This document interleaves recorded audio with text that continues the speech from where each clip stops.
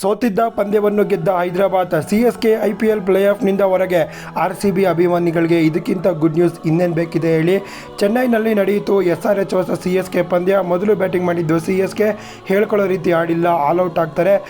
SRH ತಂಡ ಟಾರ್ಗೆಟ್ನ chase ಮಾಡಿ CSK ತಂಡವನ್ನು ಚೆಪಾಕ್ನಲ್ಲಿ 12 ವರ್ಷದ ನಂತರ ಸೋಲಿಸಿದ್ದಾರೆ. ಚೆಪಾಕ್ ಕೋಟೆ ಒಡೆದಾಕಿದ್ದಾರೆ ಅಂತ ಹೇಳ್ಬೋದು.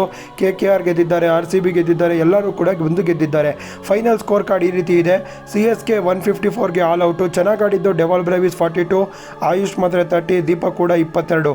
ಸೂಪರಾಗಿ ಬೌಲಿಂಗ್ ಮಾಡಿದ್ದು RCB ಎಕ್ಸ್ ಆಟಗಾರ Akshar Patel 4 wicket, Pat Cummins 2 wicket, Jaydev Unadkat 2 wicket.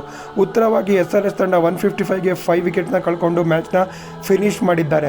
ಕಮೆಂದೋ ಮೆನ್ನಿಸ್ 32, Nitesh Kumar Reddy 19, Ishan Kishan 44. ಆ ಕಡೆ ಚೆನ್ನಾಗಿ ಬೌಲಿಂಗ್ ಮಾಡಿದ್ದು ನೂರ್ ಅಹಮದ್ ಅಂತ ಹೇಳ್ಬೋದು. ಆದರೆ 4 ಓವರ್ಗೆ 42 ರನ್ನ ಓಡಿಸ್ಕೊಂಡು ಎಲ್ಲರೂ ಕೂಡ ಕಾಸ್ಟ್ಲಿ ಆಗ್ತಾರೆ.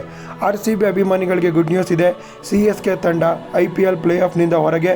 ಈ ಮುಂಬರುವ ಪಂದ್ಯಗಳನ್ನು ಗೆದ್ದರೂ ಕೂಡ ಅವರು ಕ್ವಾಲಿಫೈ ಆಗೋದಕ್ಕಾಗೋದಿಲ್ಲ. ವಿಡಿಯೋ ಇಷ್ಟ ಆಗಿದೆ ಲೈಕ್ ಮಾಡಿ, ಶೇರ್ ಮಾಡಿ, ಫಾಲೋ ಮಾಡಿ.